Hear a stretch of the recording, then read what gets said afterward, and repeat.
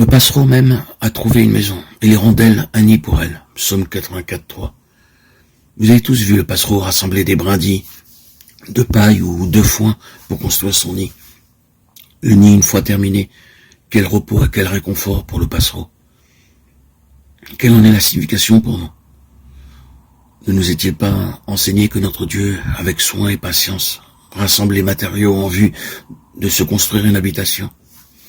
Rachetés par le sang du Seigneur Jésus-Christ, nous sommes réunis à lui pour devenir une habitation de Dieu en esprit. Éphésiens 2:22.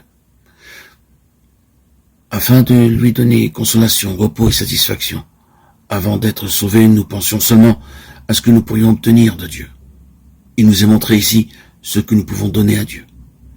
Cette satisfaction et ce repos que Dieu ne peut obtenir du ciel et de ses anges, aussi longtemps que l'homme demeure dans ses péchés, ne peuvent lui être donnés que par l'humanité indigne, mais rachetée. C'est un mystère.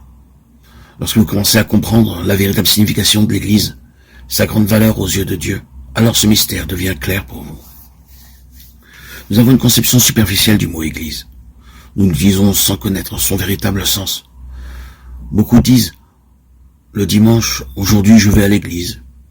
Il s'agit d'une très mauvaise utilisation du mot Église.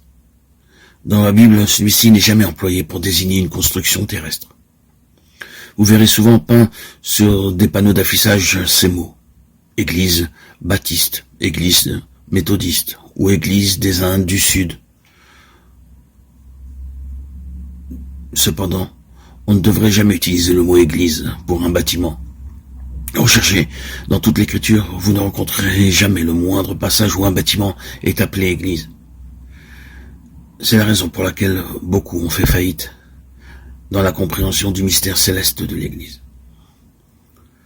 Lorsque l'apôtre adresse ses lettres à l'église d'Éphèse, à l'église de Corinthe, à l'église d'Antioche ou à l'église de Philadelphie, il n'utilise jamais ce terme pour distinguer un bâtiment. Pour lui, il s'agit d'une notion tout à fait différente. L'Église n'est pas un organisme mort, mais un organisme vivant. Un bâtiment n'a pas de vie. Vous pouvez appeler une construction église baptiste, mais vous utiliserez d'une manière inadéquate le terme employé par le Saint-Esprit.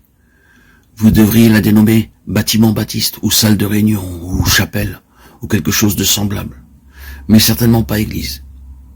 Dans les Écritures, l'Église représente uniquement ceux, hommes et femmes, qui ont été rachetés par le Seigneur Jésus-Christ. Nous voyons cela dans Actes chapitre 2, verset 47, où il est précisé que le Seigneur ajoutait chaque jour à l'Église les âmes sauvées, non pas à un bâtiment, mais à un groupe de personnes qui croyaient au Seigneur Jésus-Christ et avaient reçu son Saint-Esprit. Par l'Église, la sagesse, la puissance infiniment variée de Dieu sont révélées. Cette sagesse variée de Dieu ne peut pas être révélée par les anges, mais par les créatures humaines rachetées par le précieux sang de Christ.